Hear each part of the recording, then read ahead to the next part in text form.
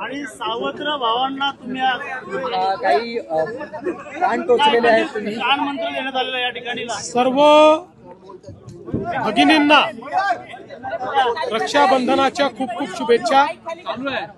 रक्षाबंधन हे बहीण भावाच्या पवित्र नात्यातलं एक अतिशय महत्त्वाचा असा क्षण आहे आणि केवळ बहिणींचीच नाही तर या निमित्ताने आपल्या भारत मातेच्याही रक्षणाची आपण सर्व लोक संकल्पना करत असतो आणि म्हणूनच या पवित्र दिनी सर्व आमच्या लाडक्या बहिणींना मी मनपूर्वक शुभेच्छा देतो.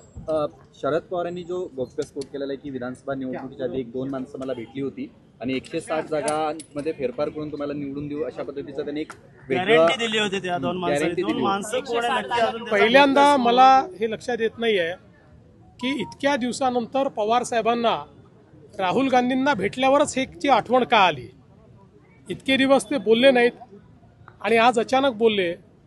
राहुल गांधी ज्याप्रमाणे सलीम जावेदच्या कहाण्या तयार करून त्यांच्या स्क्रिप्टवर त्या ठिकाणी रोज नवीन कपोलकल्पित कहाण्या सांगतायत तशा प्रकारची अवस्था पवारसाहेबांची तर झाली नाही ना. कारण पवारसाहेब अनेक वर्ष राहुल गांधी जरी EVM बद्दल बोलत होते तरी देखील कधी बोलत नव्हते.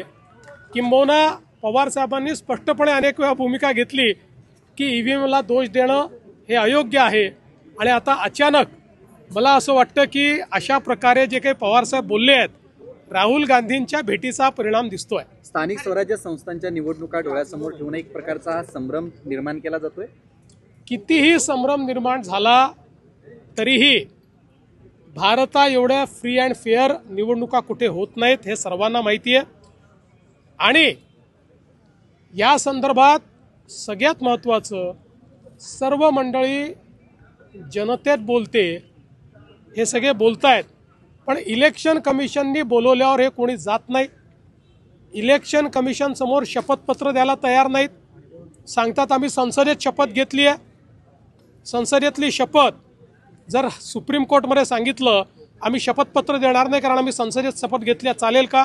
हायकोर्टात सांगितलं चालेल का. तसंच कॉसाय ज्युडिशियल मॅटरमध्ये जर त्या ठिकाणी तुम्हाला शपथपत्र मागितलं जात आहे तर तुम्ही शपथपत्र का देत नाही. कारण तुम्हाला माहिती आहे तुम्ही खोटं बोलतात आणि तुमचं खोटं पकडलं गेलं आणि ते शपथपत्रावर दिलं तर उद्या तुमच्यावर त्या ठिकाणी फौजदारी कारवाई होऊ शकते आणि म्हणून रोज खोटं बोलायचं आणि पळून जायचं असे पळपुटे लोक आहेत.